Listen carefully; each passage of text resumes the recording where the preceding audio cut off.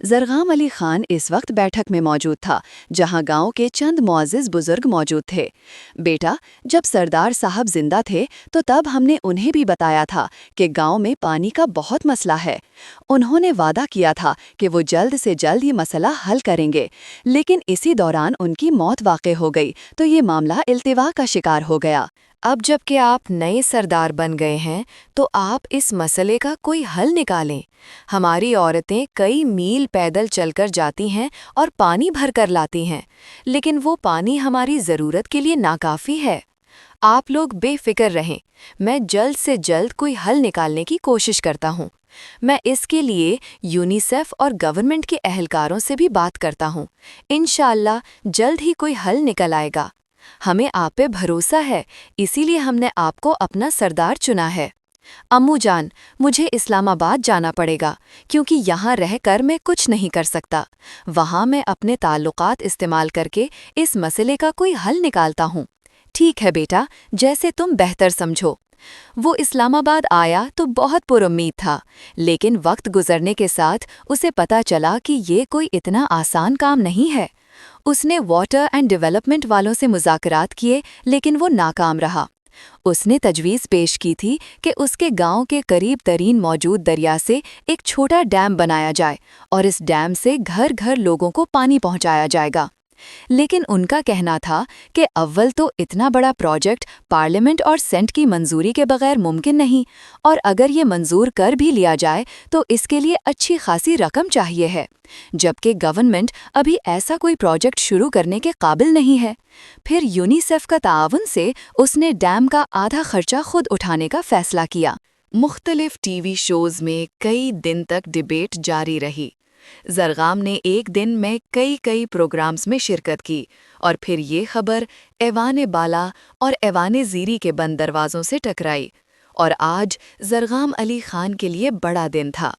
اس نے پارلیمنٹ کے مشترکہ سیشن میں اپنے علاقے کے لیے اس پروگرام کی افادیت اور پاکستان کے لیے اس کے فوائد پر ایک مختصر سی تقریر کی، جس کے مین پوائنٹ یہی تھا کہ اگر ہم اپنے لوگوں کو بنیادی سہولیات نہیں دے سکتے، جس میں سے ایک بے حد ضروری پینے کا صاف پانی مہیا کرنا ہے، تو پھر ایسا معاشرہ کیسے ترقی کر سکتا ہے؟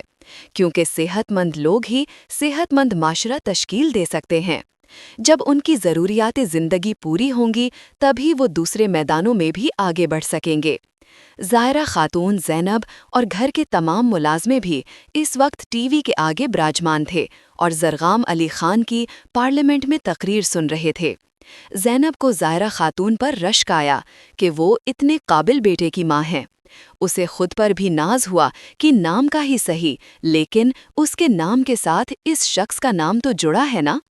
اس کی تقریر کے اختتام پر اس کے گھر میں موجود سب لوگوں نے کھڑے ہو کر اس کے لیے تالیاں بجائیں۔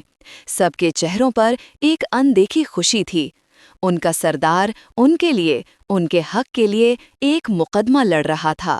اور جس وقت یہ پروجیکٹ منظور ہوا تھا اور فرحت و مسرت سے اپنی جگہ سے کھڑا ہوا، عین اسی وقت اس کے موبائل پر صفوان یحییٰ کی کال آئی تھی۔ اس نے کال ریسیو کر کے کان کے ساتھ موبائل لگایا اور دوسری طرف کی بات سن کر وہ تیزی سے بیرونی دروازے کی طرف بھاگا تھا۔